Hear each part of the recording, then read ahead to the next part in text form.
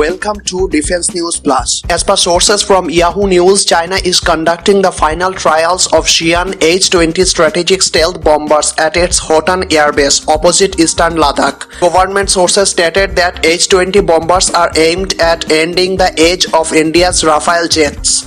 The final trial of long-range strategic stealth bomber began on 8th June and will continue till 22nd June, the day of 100 years of the formation of the Communist Party of China. The Xi'an H-20 strategic bomber has stealth feature and long endurance capability and capable to carry heavy payloads which could potentially dodge the detect and disable radar capability of India's Rafale aircraft. Rafale is a 4.5 generation aircraft and has the latest weapons, superior sensors and fully integrated architecture. It is an omni-role aircraft, which means it can carry out at least 4 missions in one sortie. China has not yet announced where H-20 will be deployed after assessment of the final test runs and possible tweaks at its bases opposite Ladakh. China is the third country after US and Russia to have stealth technology for fighters. The jets have enhanced beyond visual range of around 3000 km that enables the bomber hit targets at Balochistan, Afghanistan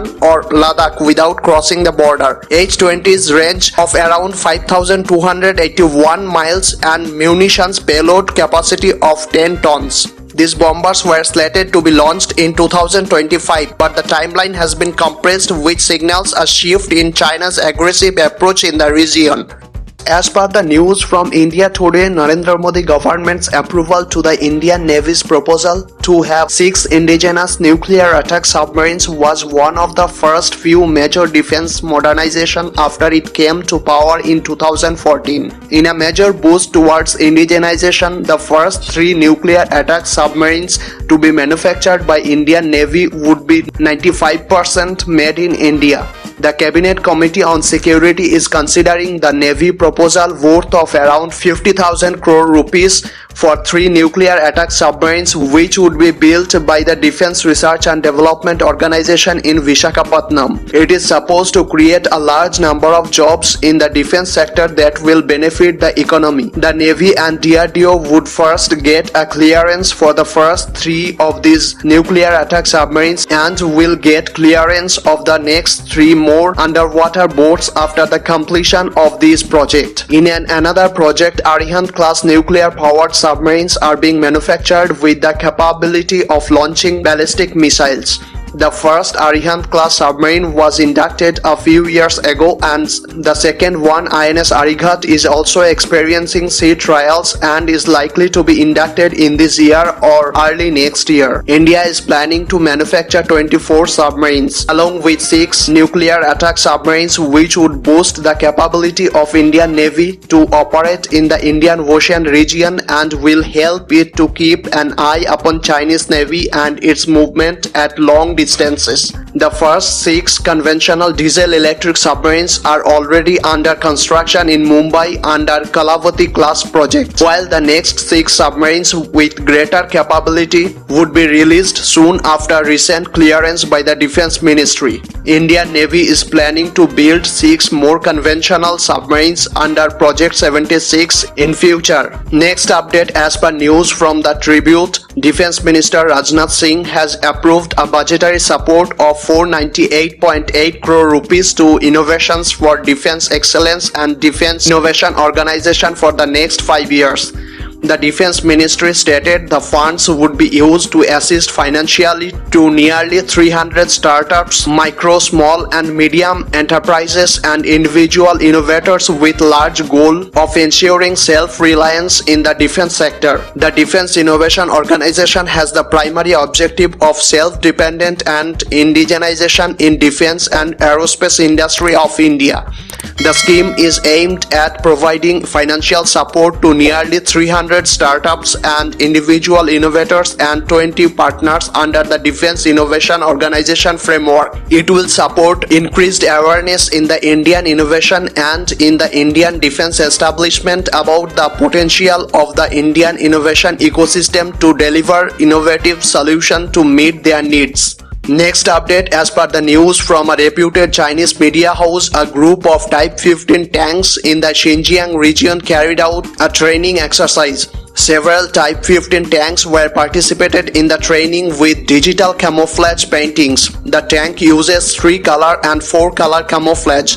The possibility of its search and track by the optical equipment is reduced from 75% to 33%. Digital camouflage is the use of computer image technology to extract natural background texture, color, hierarchical features, and pixel grid composition. This was the first time the Xinjiang military troops deployed Type-15 light tanks. Type-15 is the lightweight tanks, features with good protection ability, high-level communication system, and strong attack power. The Type-15 light tank is called the Black Panther by PLA. The Type-15 light tank uses a 105mm rifled gun. This 105mm rifled gun is also able to fire various types of advanced shells and artillery-launched missiles. The armor-piercing performance of the Type-15 tank at 2 km with firing capability of the 600mm homogeneous steel plate can completely penetrate the main battle tank of the opponent in the plateau areas. The Type-15 light tank of Xinjiang military region has been painted with digital camouflage, especially in desert colors. It will be more difficult to be tracked by the enemy in the plateau areas. Next update, as per sources from Yahoo News, the group of 7 richest democracies sought on Saturday to counter China's growing influence by offering developing nations an infrastructure plan that could rival President Xi Jinping's multi-trillion-dollar Belt and Road Initiative. The White House said US President Joe Biden and other G7 leaders hope their plan will provide a transparent infrastructure partnership to help narrow the $40 trillion needed by developing nations by 2035. Build Back Better World will be a values-driven, high-standard and transparent infrastructure partnership led by major democracies and intended to facilitate the building of infrastructure in poorer nations. The G7 and its allies will use the Build Back Better World initiative to mobilize private sector capital in areas such as climate, health and health security, digital technology and gender equity and equality.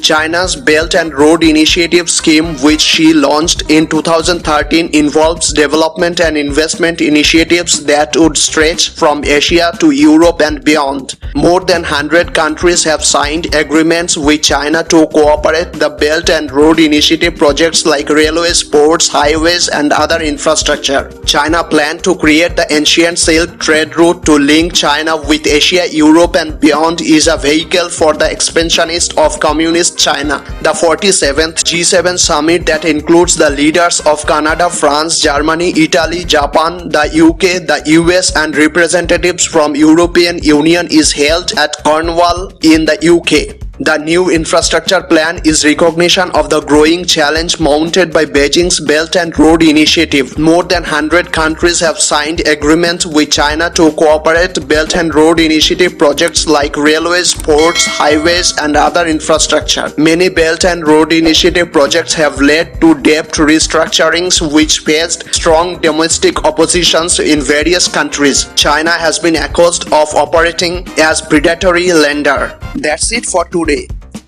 If you like our work, then please hit the like button, share this video and do subscribe this channel to get the notification of the next video.